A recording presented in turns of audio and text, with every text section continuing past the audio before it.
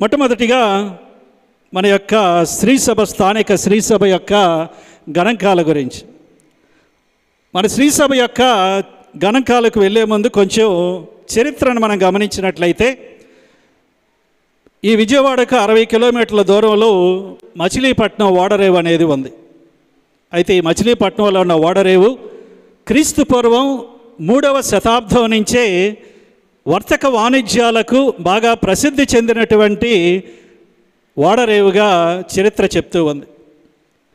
ఇక్కడకు విదేశాల నుంచి కూడా వర్తకులు వచ్చేవాళ్ళని, కనుక ఈ చరిత్ర ప్రకారం విదేశాల నుంచి కూడా వర్తకులు వచ్చారు కనుక ఖచ్చితంగా క్రైస్తవ వర్తకులు కూడా ఈ ఓడరేవుకు వచ్చి ఉంటారని, ఆ విధంగా ఆది శతాబ్దాల నుంచే 1, 2, 3, 4, 5 శతాబ్దాలలోనే ఖచ్చితంగా ఈ ఓడరేవులో క్రైస్తవులు అనేవాళ్ళు తప్పకుండా ఉండి ఉంటారని కొంతమంది చరిత్రకారులు చెప్తూ ఉన్నారు. ఇక పాశ్చాత్య మిషనరీల సువార్థీకరణ మన తెలుగు శ్రీసభలో గమనించినట్లయితే 1931వ సంవత్సరంలో 22వ యోహాను జగద్గురువులు భారతావనిలో ప్రప్రథమ లతీను పీఠాధిపతిగా పరిగణించబడే ఫ్రాన్సు దేశస్థుడైన డొమినికన్ బిషప్ గారు యోర్దానిస్ కతలానీ గారి ద్వారా అందించిన లేఖల్లో మచిలీపట్నంలో ఉన్న కథోలిక సంఘానికి కూడా ఒక సందేశాన్ని పీఠాధిపతి ద్వారా ఆయన అందించినట్లుగా కొన్ని చోట్ల చరిత్రలో మనకు కనబడుతుంది. దీనిని బట్టి కోస్తాంధ్ర పాశ్చాత్య మిషనరీలు రావటానికి ముందే కథోలిక సంఘాలు ఈ ప్రాంతంలో మనుగడలో ఉన్నట్లుగా మనకు ఛాయలు కనబడుతూ ఉన్నాయి. ఇకపోతే 1641వ సంవత్సరంలో ఇటాలియన్ థియేటైన్ గురువు ఫ్రాంచెస్కో మాంకో గారు గోల్కొండ సామ్రాజ్యాన్ని సందర్శించి మచిలీపట్నంలో తన పరిచర్యను ఆరంభించి కథోలిక సంఘాన్ని స్థాపించారు. 1652వ సంవత్సరంలో మచిలీపట్నంలో ఉన్న సుమారు 300 మంది కథోలికులకై ఒక దేవాలయాన్ని నిర్మించినట్లుగా చరిత్ర చెప్తూ ఉంది. బహుశా తెలుగు గడ్డపై కట్టబడిన మొట్టమొదటి దేవాలయం ఇదే కావచ్చు.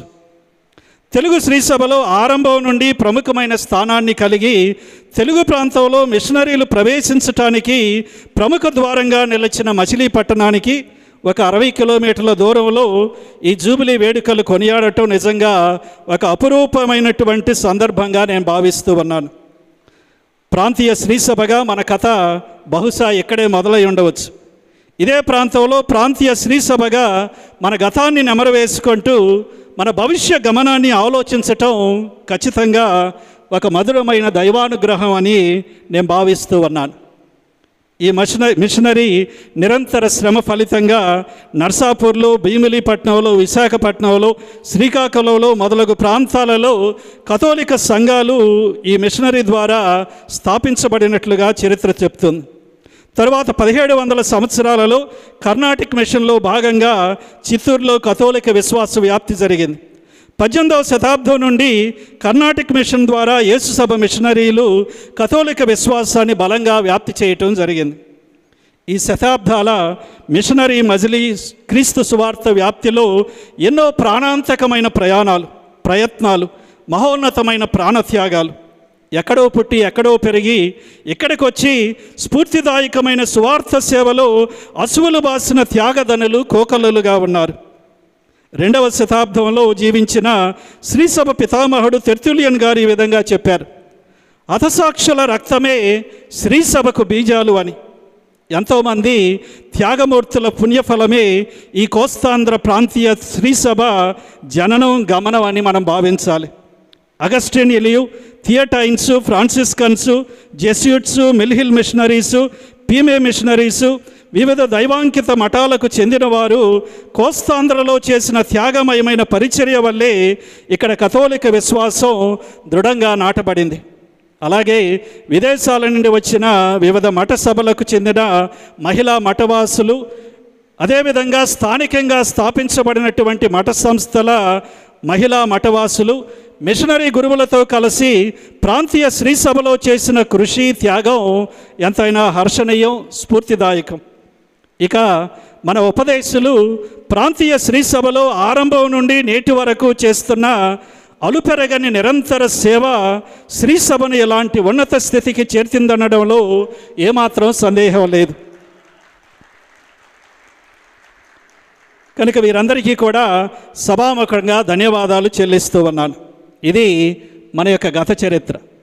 అయితే ప్రస్తుతం మన యొక్క శ్రీ సభ ఉన్నటువంటి పరిస్థితి ఏమిటి? కనుక ప్రస్తుత గణాంకాలు కొంచెం మనం చూసినట్లయితే ఈ యొక్క ఆంధ్ర శ్రీ సభకు పెద్ద కూతురు విశాఖపట్నం. కనుక విశాఖపట్నం 1850లో అపోస్తలిక్ వికారియేట్గా, 1886లో మేత్రాసనంగా స్థాపించబడింది. ప్రస్తుతం అక్కడ ఉన్నటువంటి కథోలికులు 114,743, గురుమండలాలు 82, పీఠ గురువులు 92, మఠ గురువులు 96, మఠ సహోదరులు 2, మహిళా మఠవాసులు 516, ఉపదేశులు 421. దాని తరువాత స్థాపించబడిన కథోలిక పీఠం నెల్లూరు కథోలిక పీఠం 1926లో స్థాపించబడింది. కథోలికులు 110,000, గురుమండలాలు 94, పీఠ గురువులు 182, మఠ గురువులు 30, మహిళా మఠవాసులు 260, ఉపదేశులు 260. దీని తర్వాత స్థాపించబడిన కథోలిక పీఠం విజయవాడ కథోలిక పీఠం 1933లో మిస్యోసు యూరిస్గా స్థాపించబడి 1937లో మేత్రాసనంగా స్థాపించబడింది. ప్రస్తుతం 3,80,863 కథోలికులు, 104 గురుమండలాలు, పీఠ గురువులు 192, మఠ గురువులు 134, మఠ సహోదరులు 38 మంది, మహిళా మఠవాసులు 968, ఉపదేశులు 610 మంది. దాని తరువాత స్థాపించబడిన కథోలిక పీఠం గుంటూరు కథోలిక పీఠం. ఇది 1940లో స్థాపించబడింది. ప్రస్తుతం కథోలికులు 5,22,320, గురుమండలాలు 108, పీఠ గురువులు 179, మఠ గురువులు 92, మఠ సహోదరులు 20, మహిళా మఠవాసులు 708, ఉపదేశులు 440. దాని తరువాత ఏలూరు కథోలిక పీఠం 1977లో విజయవాడ నుంచి వేరు చేయబడి పీఠంగా స్థాపించబడింది. ప్రస్తుతం కథోలికులు 3,80,058, గురుమండలాలు 126, పీఠ గురువులు 163, మఠ గురువులు 153, మఠ సహోదరులు 18, మహిళా మఠవాసులు 775, ఉపదేశులు 630. ఇక చివరిగా మన యొక్క ప్రాంతీయ శ్రీ సభకు చిన్న కూతురు శ్రీకాకుళం పీఠం. ఇది 1963లో పీఠంగా స్థాపించబడింది. ప్రస్తుతం 90,000 మంది కథోలికులు, 42 గురుమండలాలు, 57 పీఠ గురువులు, 24 మఠ గురువులు, 5 మఠ సహోదరులు, 105 మహిళా మఠవాసులు, 236 ఉపదేశులు ఉన్నారు.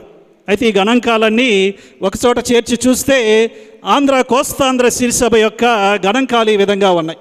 కథోలికులు 15,17,894, 556 గురుమండలాలు, 865 పీఠ గురువులు, 529 మఠ గురువులు, 83 మఠ సహోదరులు, 3,332 మహిళా మఠవాసులు, 2,597 ఉపదేశులు. ఈ విధంగా ఎన్నో శతాబ్దాల క్రితం ఆరంభమైన శ్రీ సభ నేడు ఎంతో గొప్పగా విరాజిల్లుతూ ఉంది. అయితే గతాన్ని నెమరు వేసుకుంటూ ప్రస్తుతం ఉన్నటువంటి శ్రీ సభ స్థితిని చూసే మనం కొన్ని ప్రశ్నలు మనలను మనం అడుక్కోక తప్పదు. ఏ వ్యక్తికైనా వ్యవస్థకైనా ఆరంభం ముఖ్యం. తెలుగు ప్రాంతీయ శ్రీ సభ పునాదులు తొలి అడుగులు చాలా ముఖ్యమైనవి. 15-16 శతాబ్దాల కాలంలోనే తెలుగు ప్రాంతంలో కథోలిక బీజాలు నాటబడ్డాయని చెప్పబడుతున్నా ఈ ఆరంభ దశ గురించి ఇంకా సరి అయిన నిర్దిష్టమైన చరిత్ర అవగాహన లోపం కనబడుతుంది. ప్రాంతీయ శ్రీ సభగా తన పుట్టు పూర్వాత్రాల గురించి సమగ్రమైన పరిశోధన చేసి ఒక ఖచ్చితమైన ఆరంభ చరిత్రను రూపొందించవలసిన ఆవశ్యకత ఎంతైనా ఉంది. మన మూలాల గురించి సరైన అవగాహన మన గమనానికి తప్పనిసరి అవుతుంది.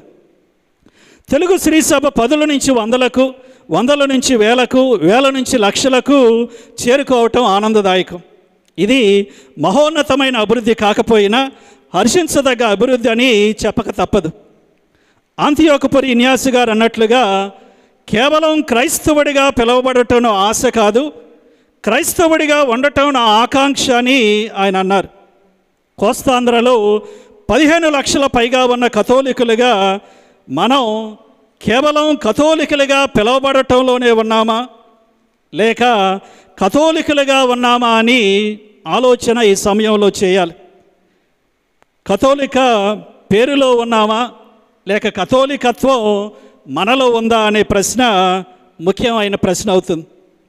సంఖ్యాబలం యథార్థ బలం కాకపోవచ్చు. క్రీస్తు తన సువార్త వ్యాప్తికై, తన దైవరాజ్య స్థాపనకై వేల మందిని ఎన్నుకోలేదు, కేవలం 12 మందిని ఎన్నుకున్నారు.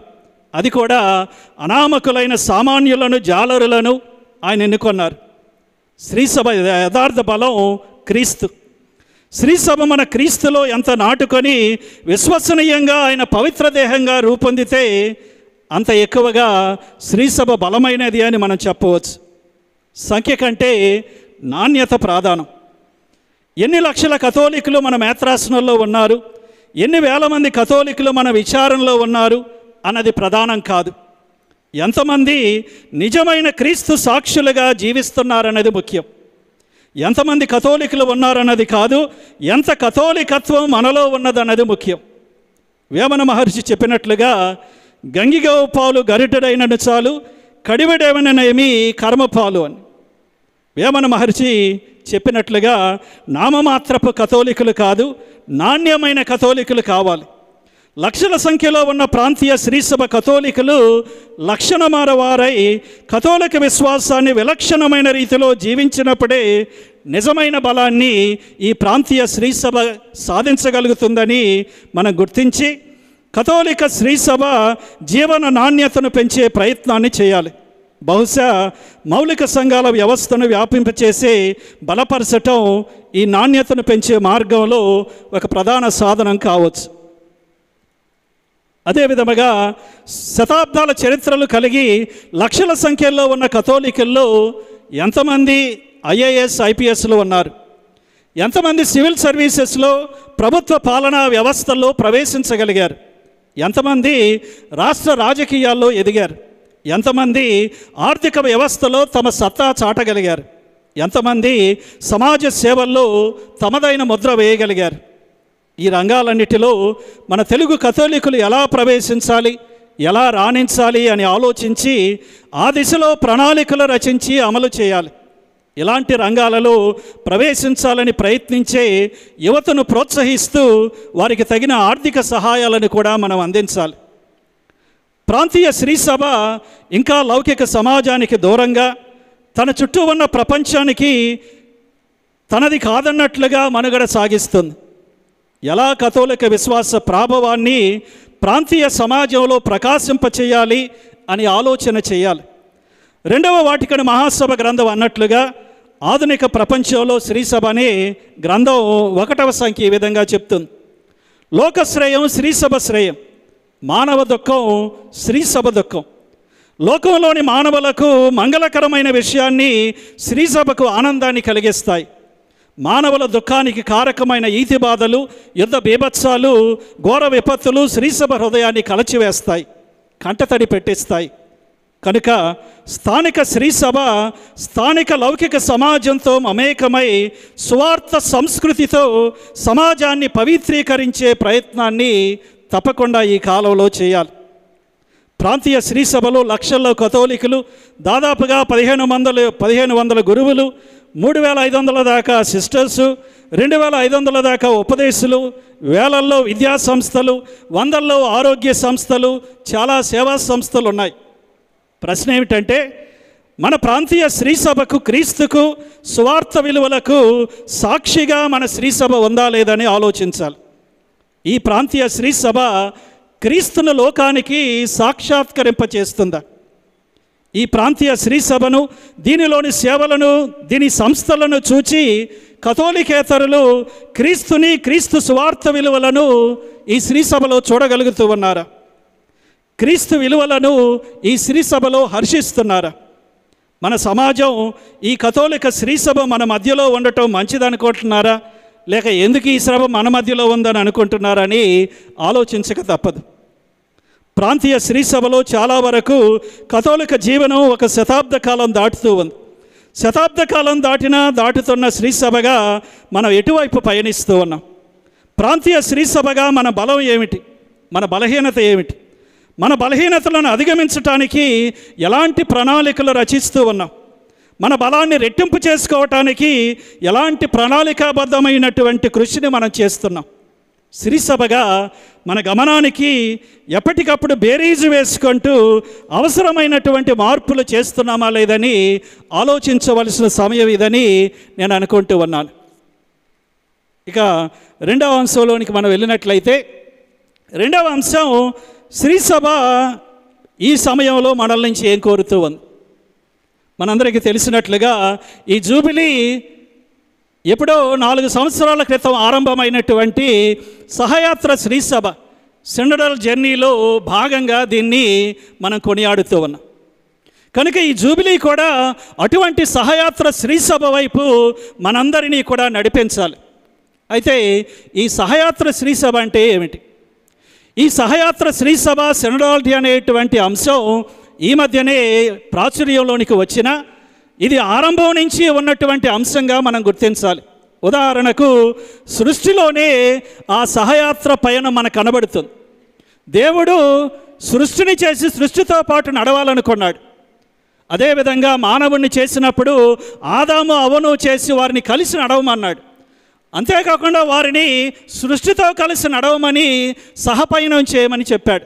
కనుక సృష్టి ఆరంభంలోనే ఆ సహయాత్ర పయనం మనకి స్పష్టంగా కనబడుతుంది. అటు తర్వాత మనం గమనించినట్లయితే దాని తర్వాత పాత నిబంధనలు నోవా ద్వారా, అబ్రహాము ద్వారా ఆ ప్రయాణం సహయాత్రగా ముందుకు నడిచింది. అటు తర్వాత ప్రవక్తల ద్వారా, రాజుల ద్వారా దేవుడు ఎల్లప్పుడూ ప్రజలతో నడుస్తూ వారిని నడిపిస్తూ వారందరూ కూడా కలిసి తమ విశ్వాస ప్రయాణాన్ని చేసినట్లుగా మనందరికీ కనబడుతుంది. ఇజ్రాయేలు ప్రజలు ఎడారిలో 40 సంవత్సరాల పాటు వారు ప్రయాణం చేసినట్లుగా మనకు చూస్తూ ఉన్నాం. కనుక మనం చూసే ఆ 40 సంవత్సరాల ఎడారి ప్రయాణం ఒకరితో ఒకరు కలిసి చేసింది, దేవునితో కలిసి చేసిన సహవాస ప్రయాణం. అదేవిధంగా తరువాత ఇంకొంచెం ముందుకు మనం వెళ్ళినట్లయితే నూతన నిబంధనలో క్రీస్తు ప్రభు సహవాస ప్రయాణాన్ని చేశారు. ఆయన ఒక్కడే సువార్త బోధలో తిరగలేదు, ఆయన ఒక్కడే తన జీవితాన్ని జీవించలేదు. ఆయన ఆరంభం నుంచే తనకొక ఆయన అపోస్తలులను సమకూర్చుకున్నాడు.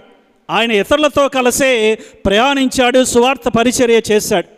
ఆయనలో ఆ యొక్క సహవాస ప్రయాణం కొట్టొచ్చినట్లుగా ఆయనలో కనబడుతుంది. అదేవిధముగా యేసుప్రభు ఈ లోకానికి రావటం మనుష్యావతారం. ఈ మనుష్యావతారం కూడా సహవాస ప్రయాణాన్ని స్పష్టం చేస్తుంది. ఎక్కడో అల్లంత దూరానున్న దేవుడు మన మధ్యకు వచ్చాడు. ఎందుకంటే మనతో ఉండాలనుకున్నాడు, మనతో నడవాలనుకున్నాడు, మనతో ఆయన సహవాస ప్రయాణాన్ని కళ్ళకు కట్టినట్లుగా చేయాలనుకున్నాడు. అందుకే దూరంగా ఉండటం కాదు, నేను వీళ్ళ దగ్గరకు రావాలి, వీరిలో ఒకడిగా ఉండాలి, వీరిలాగా ఉండాలి, వీరితో కలిసి జీవనయాత్రను సాగించాలి అని ఆయన ఈ లోకంలో మనుష్యావతారం చెంది ఒక మనుష్యావతారునిగా మనతో పాటు ఆయన ఈ జీవనాన్ని సహవాస ప్రయాణాన్ని చేశాడు. శ్రీసభను స్థాపించినప్పుడు ఆయన 12 మంది అపోస్తలులను ఎన్నుకొని కలిసి నడవమన్నాడు. ఆది క్రైస్తవ సంఘంలో కూడా కలిసి నడవటం, కలిసి చర్చించటం, కలిసి ఆలోచించటం ఇదంతా కూడా మనం ఆది క్రైస్తవ సంఘాల్లో కూడా చూస్తున్నాం. అటుపోతే ఈ యొక్క అంశం తరువాత కాలంలో, ముఖ్యంగా మధ్యకాలంలో, మధ్య యుగాలలో కొంచెం వెనక్కి వెళ్ళిపోయింది. అయితే ఈ అంశాన్ని 2వ వాటికన్ మహాసభ మళ్ళీ వెనక్కి తీసుకొచ్చింది. ఈ 2వ వాటికన్ మహాసభ తిరుసభలో ఉన్న అంశాలను ఒక నూతన దృక్పథంలో చూడటం ఆరంభించింది. ఒక నూతనమైన ఊపిరిని, నూతన శ్వాసను మళ్ళీ ఈ సృష్టిలోనికి, తిరుసభలోనికి 2వ వాటికన్ మహాసభ తెచ్చిందని మనందరం కూడా గట్టిగా చెప్పాలి. అయితే ఈ సహవాత్ర శ్రీసభలో ఆ యొక్క అవగాహనలో 2వ వాటికన్ మహాసభ బోధనలో 2 అంశాలు ముఖ్యం. ఇది కొంచెం వెనక్కి వెళ్ళి, ఇది 2 అంశాలు ముఖ్యంగా లోమన్ జెన్సియం శ్రీసభ లోకానికి వెలుగు అనేటువంటి గ్రంథం శ్రీసభని 2 విధాలుగా చెప్తుంది. మొట్టమొదటిది, శ్రీసభ అనేది దైవ ప్రజలు. అప్పటి వరకు శ్రీసభని ఒక వ్యవస్థగా, సంస్థగా చూశారు. కానీ 2వ వాటికన్ మహాసభ గట్టిగా చెప్పింది, శ్రీసభ అంటే ఒక వ్యవస్థ కాదు, శ్రీసభ అంటే ఒక సంస్థ కాదు.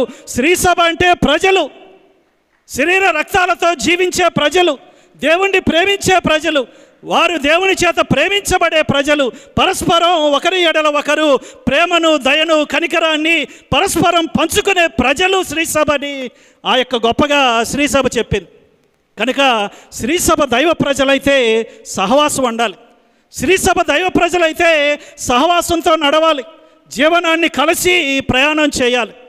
అదేవిధంగా రెండవదిగా శ్రీసభ సహవాసం అని చెప్పింది. గ్రీకులో కొయినోనియా అంటున్నారు, ఆంగ్లంలో కమ్యూనియన్ అంటున్నారు. కనుక శ్రీసభ అంటే నియమాలు, నిబంధనలు, చట్టాలు, నియంత్రణలు కాదు. శ్రీసభ అంటే మౌలికంగా సహవాసం. ఈ నియమ నిబంధనలు, ఈ అంతస్తులు, ఈ వ్యవస్థలు, చట్టాలు ఇవన్నిటికంటే ముందుగా ఇది సహవాసం. నేను ఎలా ఇతరులతో కలిసి జీవించాలి, ఏ విధంగా క్రీస్తుతో కలిసి జీవించాలి, ఏ విధంగా మనం అందరము కూడా క్రీస్తు సాక్షులుగా ఈ సహవాసంలో జీవిస్తూ సహవాసంలో లోకానికి క్రీస్తును ప్రత్యక్షం చేయాలి అని చూడాలి. మన స్కూల్లో ఆ క్రీస్తు ప్రత్యక్షం కాకపోవచ్చు, మన ఆసుపత్రిలో ఆ యొక్క క్రీస్తు ప్రత్యక్షం కాకపోవచ్చు, కానీ తప్పకుండా క్రైస్తవుల మధ్య ఉన్న సహవాసంలో ఆ క్రీస్తు తప్పకుండా ప్రత్యక్షం అవుతాడు. అందుకే సహవాసంగా మనం ప్రయాణించాలని చెప్తున్నారు. అందుకే శ్రీసభ ప్రజలతో చేయబడిన శ్రీసభ, శ్రీసభ సహవాసంలో నడిచే శ్రీసభ అని గొప్పగా ఆ యొక్క శ్రీసభ గురించి వాటికని మహాసభ బోధించింది. అయితే ఇంకొంచెం ముందుకు వెళితే ఇప్పటి వరకు మనం చూసింది దేవుని యొక్క బాహ్యమైనటువంటి పయనం. దేవుడు మనతో ఎలా వచ్చాడు, మనల్ని ఎలా నడిపించాడు, తన కుమారుని లోకానికి ఎలా పంపాడు, ఇదంతా కూడా బాహ్యమైనటువంటి కార్యం. శ్రీసభ వేదాంతం ఇంకా ముందుకు వెళ్ళి చెప్పింది, ఇది బయట ఉన్నది కాదు, దేవునిలో ఉన్నది, దేవునికి బాహ్యంగా ఉండేది కాదు, దేవుని యొక్క స్వభావములోనే ఈ సహవాసం అనేది ఉంది. ఎందుకంటే దేవుడు త్రిత్వముగా ఉన్నాడు. పితా, పుత్ర, పవిత్రాత్మ ముగ్గురు వ్యక్తులు కూడా సహవాసంలో నిరంతరం ఉన్నారు. అందుకే ఈ సహవాస పయనం అనేది త్రిత్వం నుంచే వస్తుంది. వారి యొక్క ఆంతరంగిక జీవితం నుంచే ఆ సహవాస పయనం అనేది మనందరం కూడా స్పష్టంగా చూస్తున్నాం. అదే మన సహవాస పయనానికి మాతృకని చెప్పింది. సహవాసులుగా పయనం చేయాలంటే ఇదిగో ఆ యొక్క త్రిత్వాన్ని మనం చూడాలి. వారు ఏ విధంగా ఉన్నారో మనం కూడా అలా ఉంటే మన సహవాస పయనం దేవుణ్ణి పోలి ఉంటుంది. మరొక ముఖ్యమైన అంశం, ఇక్కడ పితాపుత్ర పవిత్రాత్మ ముగ్గురు కూడా దేవుళ్ళే. అయినా ముగ్గురు వేరు వేరు వ్యక్తులైనా ముగ్గురు కూడా ఏకత్వంలో ఉన్నారు. వారి స్వభావంలో వారు ఏకంగా ఉన్నారు. వారి సేవా మార్గంలో వేరుగా ఉన్నారు. పితకుండే అంతస్తు పితకుంది, ఆయన చేసే పని వేరు. పుత్రుడికి ఉండేటువంటి అంతస్తు వేరు, పవిత్రాత్మకు ఉండేటువంటి కార్యం, సేవ వేరు. ఈ ముగ్గురు కూడా వేరువేరుగా ఉన్నారు. అయినా కానీ వేరువేరుగా ఉన్న వీరు ఏకత్వంలో వారు ఐక్యంగా ఉన్నారు. సహవాస శ్రీసభ అంటే ఇది. పీఠాధిపతులు ఉండొచ్చు, గురువులు ఉండొచ్చు, మఠవాసులు ఉండొచ్చు, సామాన్య క్రైస్తవులు ఉండొచ్చు. అంతస్తులు వేరైనా, సేవా మార్గాలు వేరైనా అందరిలో కూడా ఉన్నది క్రీస్తు ప్రభువే. అందరూ కూడా ఆ యొక్క సహవాసంలో భాగస్థులే. ఆ సహవాస పయనం ఈ అంతరాలను ఛేదించి ఏకత్వంలో మనందరం కూడా కలిసి ఉండే విధముగా ఆ త్రిత్వం మనందరికీ నేర్పిస్తుందని చెప్పవచ్చు. ఇక్కడ కింద చూసినట్లయితే పీఠాధిపతులు కూర్చున్నారు, గురువులు కూర్చున్నారు, మఠవాసులు కూర్చున్నారు, సామాన్య క్రైస్తవులు కూర్చున్నారు. ఇదే సహవాస పయనం. ఈ విధంగా కలిసి కూర్చున్నంత మాత్రాన పీఠాధిపతుల అంతస్తు ఏం పోవటం లేదు. ఈ విధంగా కలిసి కూర్చున్నందువలన గురుత్వం ఏమీ తగ్గిపోవట్లేదు. ఈ విధంగా కలిసి కూర్చున్నందువల్ల మఠవాసుల యొక్క అంకితభావం ఏమీ పోవటం లేదు. ఎవరి స్థానం వారికి ఉంటుంది, ఎవరి ప్రత్యేకత వారికి ఉంటుంది. అయినా కానీ కలిసి మనం ప్రయాణం చేయవచ్చు. సహవాసులుగా ఆ దేవుని యొక్క ప్రయాణాన్ని మనం తప్పకుండా మన జీవితాల్లో చేయవచ్చు. అందుకే ఆ పయనంలో ముందుకెళ్ళమని స్త్రీ సభ మనలందరినీ కూడా కోరుతూ ఉంది. కనుక ఇటువంటి ప్రయాణం మనం ఎలా చేయాలనే ఆలోచన తప్పకుండా చేయాలి. ఇటువంటి సహవాస పయనాన్ని మనం చేయాలంటే ముఖ్యంగా గృహస్థ క్రైస్తవులకు భాగస్వామ్యాన్ని కల్పించాలి. సహవాస శ్రీసభ ఆలకించే శ్రీసభగా, ఆదరించే శ్రీసభగా, పేదల శ్రీసభగా రూపొందాలి. సహవాస శ్రీసభలో అందరూ అందరినీ ఆలకించాలి. ఇప్పటికీ శ్రీసభలో మరి ముఖ్యంగా మన తెలుగు ప్రాంతీయ శ్రీసభలో కనబడేది, వినపడేది ఎక్కువగా పీఠాధిపతులు, గురువులు, దైవాంకితుల స్వరాలే. గృహస్థ క్రైస్తవుల స్వరం ఎక్కువగా వినపడాలి. అప్పుడే సహవాస పయనం సాధ్యమవుతుంది. గృహస్థ క్రైస్తవులు వారి ఆలోచనలను, అభిప్రాయాలను, ఆశలను స్వేచ్ఛగా, నిర్భయంగా వ్యక్తపరచడానికి అనుకూలమైన వాతావరణాన్ని మన ప్రాంతీయ శ్రీసభ కల్పించాలి. గృహస్థ క్రైస్తవుల స్వరాన్ని శ్రద్ధగా నాయకులు ఆలకించాలి. తగు విధంగా వారి స్వరానికి స్పందించాలి. కనుక గృహస్థ క్రైస్తవుల యొక్క ప్రాముఖ్యతను గుర్తించి వారికి సముచితమైన స్థానాన్ని కల్పించి శ్రీసభ యొక్క నడిపింపులో వారికి సరి అయిన భాగస్వామ్యాన్ని తప్పకుండా కల్పించాలి.